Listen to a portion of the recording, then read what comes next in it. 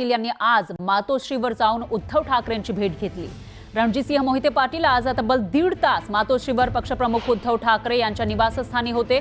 तर रणजितसिंह मोहिते पाटील यांच्या मातोश्री भेटीमुळे विविध चर्चा झाल्या। रणजितसिंह मोहिते पाटील हे विधान परिषदेतील भाजपचे आमदार आहेत। माळशिरस विधानसभा मतदारसंघात रणजितसिंह मोहिते पाटील यांनी साथ दिली नाही असा आरोप भाजपचे पराभूत उमेदवार राम सातपुतेंनी केला होता। यानंतर पक्षविरोधी कारवाई का करू नये अशी नोटीसही पक्षाने त्यांना बजावली होती। त्यावर रणजितसिंह मोहिते पाटलांनी उत्तर दिलंय।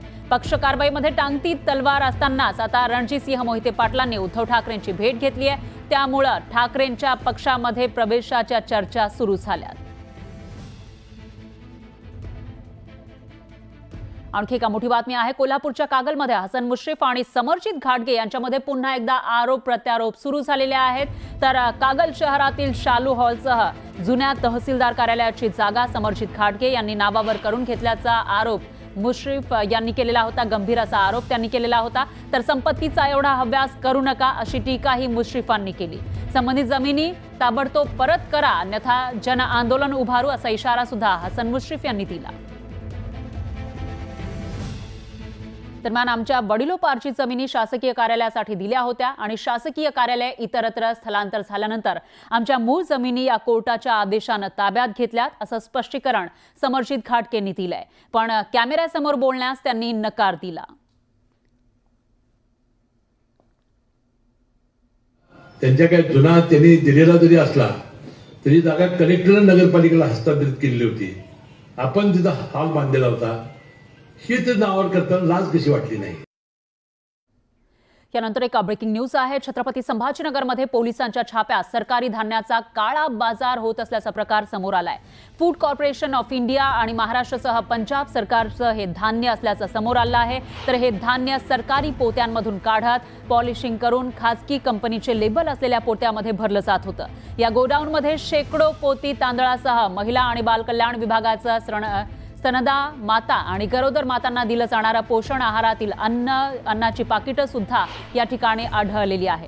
तर कंपनीच्या आवारामध्ये उभे असलेल्या अनेक ट्रकमध्येही शासनाचे धान्याच्या गोण्या आहेत। गजानन ॲग्रोवर यानंतर पोलिसांनी छापा टाकलेला आहे आणि हे सर्व साहित्य त्या ठिकाणी सापडलंय।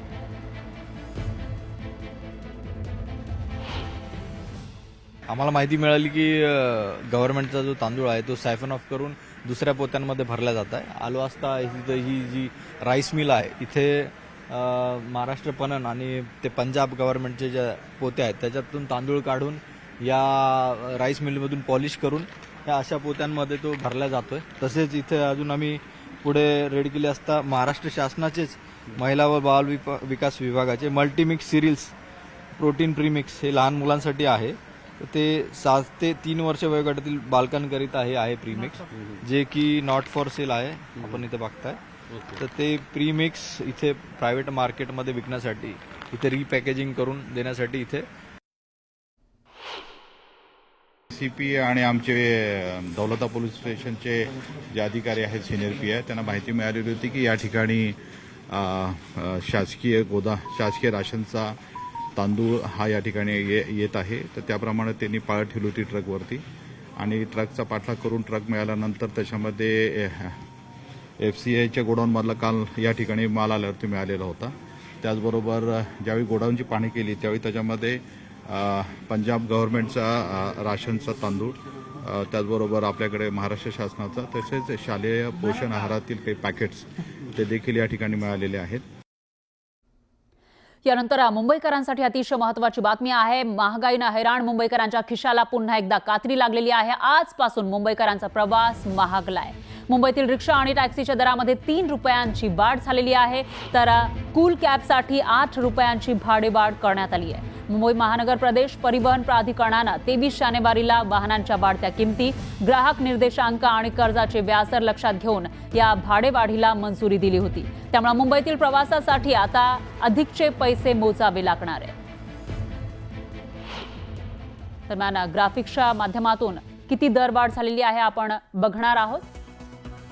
तर आधीचे भाडे होते 28 रुपये आणि त्याच्यानंतर आता सुधारित भाडं आहे 31 रुपये टॅक्सीसाठी। म्हणजेच आता टॅक्सीमध्ये बसल्यानंतर 31 रुपये भरावे लागतील, तर आधीचे भाडे हे रिक्षासाठी 23 रुपये होतं, मात्र सुधारित भाडं आहे 26 रुपये, 3 रुपयांची वाढ झालेली आहे.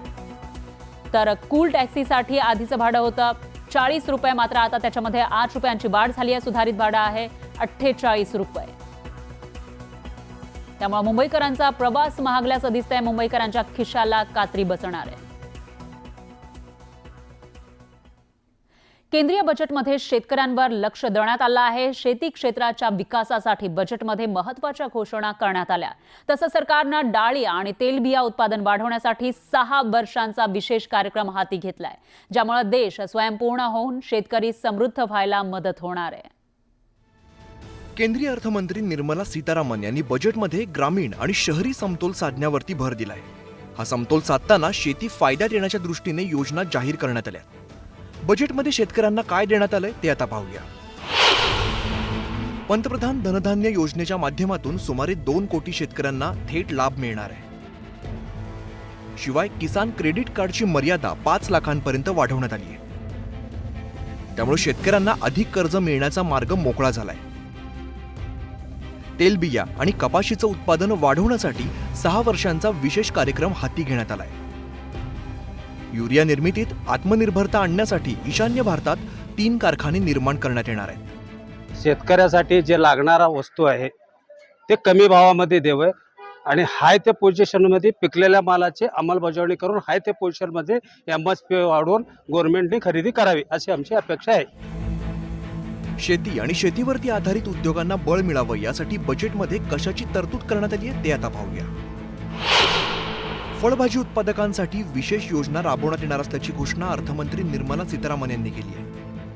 अंदमान आणि निकोबार आणि लक्षद्वीप बेटांवरती लक्ष केंद्रित करून मासेमारीचं शाश्वत संकलन करण्यात येणार आहे. निर्यात करणाऱ्या MSMEला 20 कोटींपर्यंतचं मुदत कर्ज देण्यात येणार आहे. सरकारने डोंगराळ भागात छोटं विमानतळ बांधण्याची घोषणा केली आहे, ज्यामुळे दुर्गम भागात हवाई कनेक्टिव्हिटी वाढणार आहे.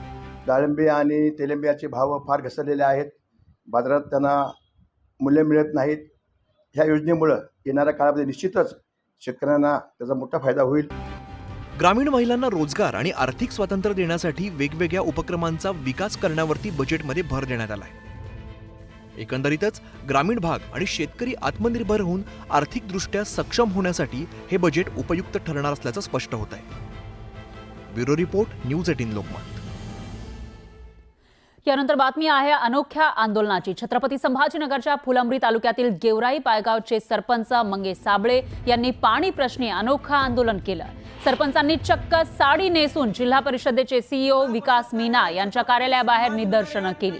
मुख्यमंत्री लाडक्या बहिणींना 2 किलोमीटरवरून डोक्यावरून पाणी आणायला लावतायत. माझ्या गावात 5 वर्ष झाली जलजीवनचं काम सुरू होऊन पण काम होत नाहीये. यामध्ये जिल्हा परिषद CEOंनी टक्केवारी घेतली असावी असा आरोप त्यांनी केला.